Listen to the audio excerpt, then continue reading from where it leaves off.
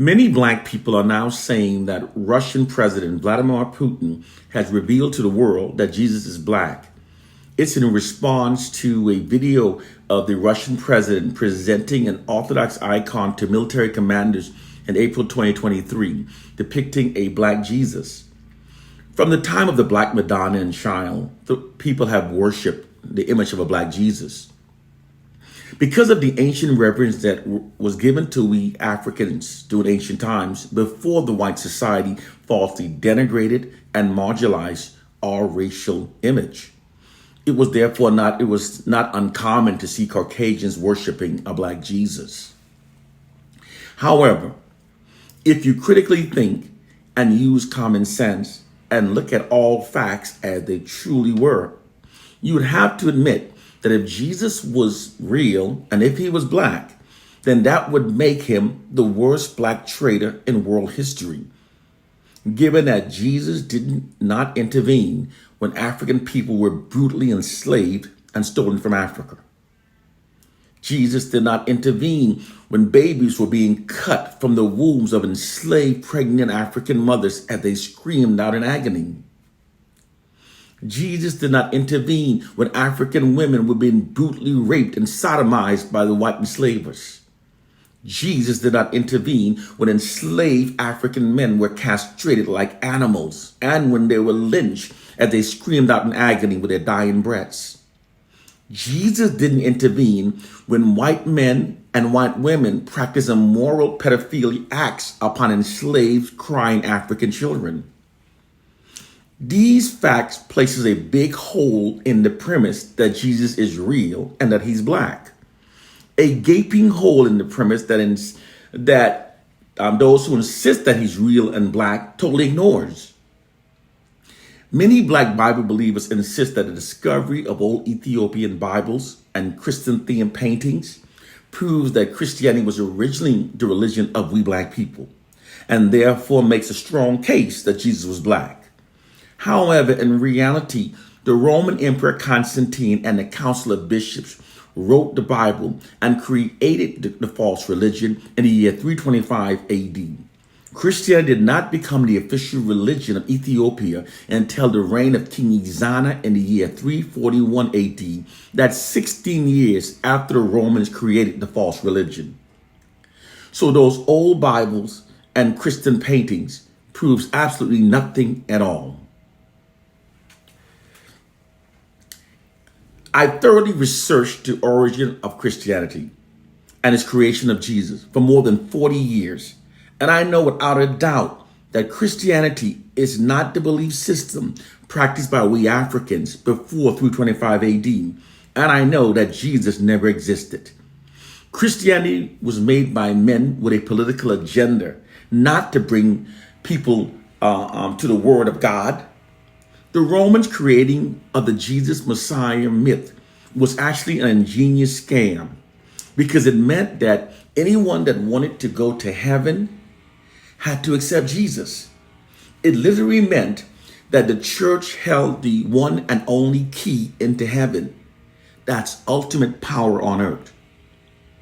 Moreover, the Romans that wrote the Bible in the year 325 AD commonly practiced massive orgies, wife swapping, pedophilia, incest, bestiality, and death sports. These traditions continued even after writing the Bible. Furthermore, the Emperor Constantine, the person who oversaw the writing of the Bible and who placed Jesus in the Bible, he himself refused to convert into a Christian. Even on his deathbed in 337 AD, he refused to do so. After he died, Bishop Eubus of Nicomedia then baptized him and declared him a Christian. This fact totally contradicts the Bible's doctrine that states that a person has to be converted into a Christian before dying in order to go into heaven.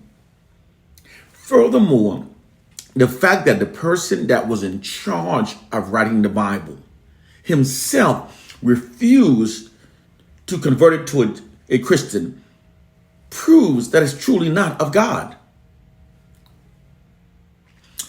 These noted facts, combined with the fact that the Bible strongly condones slavery, was written by history's most ungodly group of people, and the fact that Catholic priests have been raping little boys for many centuries totally disqualifies the Bible from having anything to do with an infallible God. To insist that the Bible contains the true words of God, in spite of such overwhelming facts to the contrary, is to insult your own intelligence. There are so many holes within the Bible and within the Christian religion that if it was a boat, you could never take it out to the ocean because it would immediately sink to the bottom. Yet millions of black people live their entire lives believing in a Bible without ever researching its origins, any facts about it. When the Emperor Constantine and the Council of Bishops wrote the Bible in 325 AD, there was an African leader born in Libya named Arius that strongly opposed the teaching of Jesus the Messiah. He called it a Roman falsehood. Arius was the African leader and practitioner of an earlier original African spiritual system from which Christianity is a distorted perversion of. The dispute between the Romans and Arius is called the Arian controversy. Google it. Arius disagreed with the Roman Empire's teaching to telling people to worship a Messiah. The original African spiritual system practiced by Arius did not believe in the Trinity nor the Messiah. Praying to God through a subordinate middleman, Messiah, was not the belief of our ancestors. Ask yourself, why does an all-knowing God need a middleman to speak to him in your behalf? Doesn't he know you better than anyone else does? Our original African spiritual system taught every individual to seek their own direct interconnection to the Most High, not through religions. It's a personal oneness that is established between the inner mind and that which we know as God. It is an experience that no two individuals may necessarily describe in the same manner. Some say that it speaks from above. Some say it comes from within. Some also says that it comes through the heart, while others says it comes through the mind. It doesn't matter in our true spiritual system. They are all correct. It is their own individual oneness with the Most High. Because Arius disagreed with the teachings of the Roman Church, the Roman emperor banished Arius from all areas where Christianity was being practiced to prevent Arius' original African spiritual teachings from competing with Christianity. Because his teaching still attracted many followers, many people became aware of the Jesus deception. Constantine therefore summoned the bishops to discredit Arius.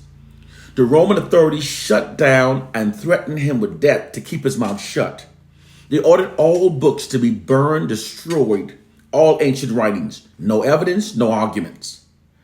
And the outcome was the transformation from the Serapis Christos, which means Christ the Savior, to Jesus Christ by indict of Emperor Constantine. There is no returning Messiah. That myth has been used as a tool for centuries to keep us complacently waiting for nothing. Arius' original teachings, however, continued competing against the Romans' teaching.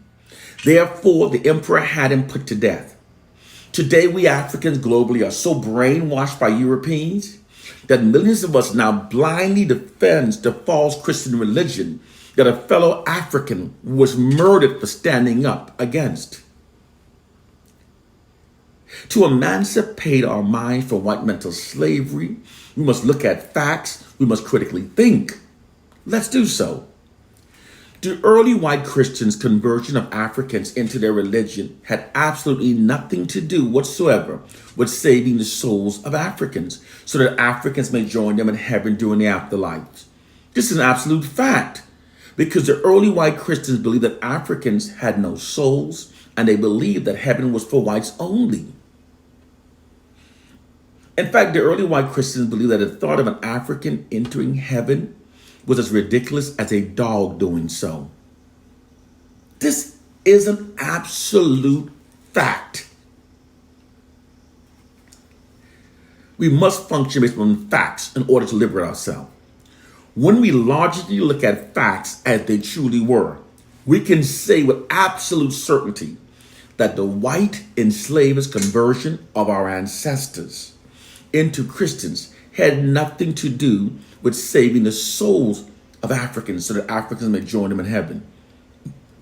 There was another self-serving reason why they put their time and energy into converting people they otherwise treated so brutally into Christians.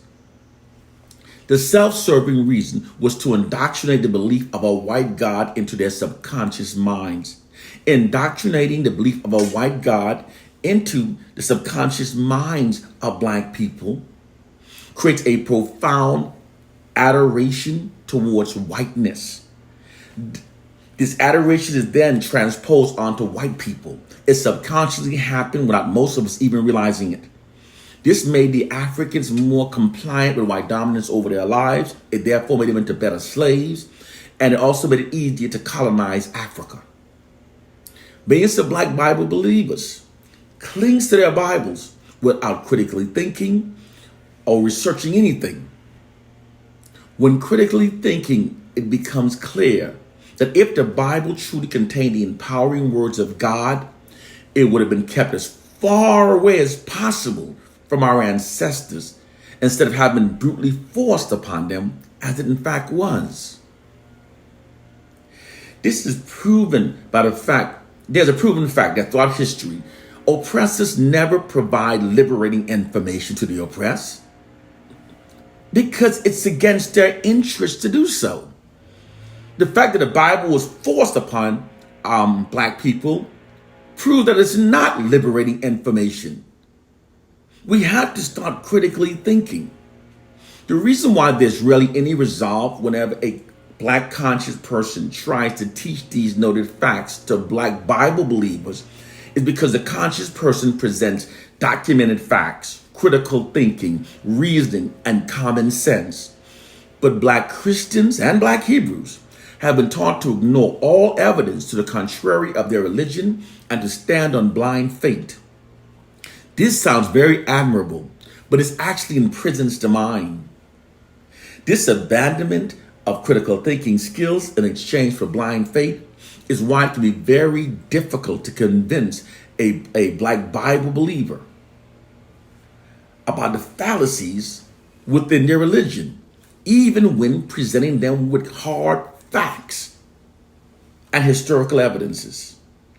This is also why most black Christians or black Hebrews will argue strongly defending their religion, but rarely ever will they research any evidence presented to them that's the contrary of what they've been brainwashed to believe.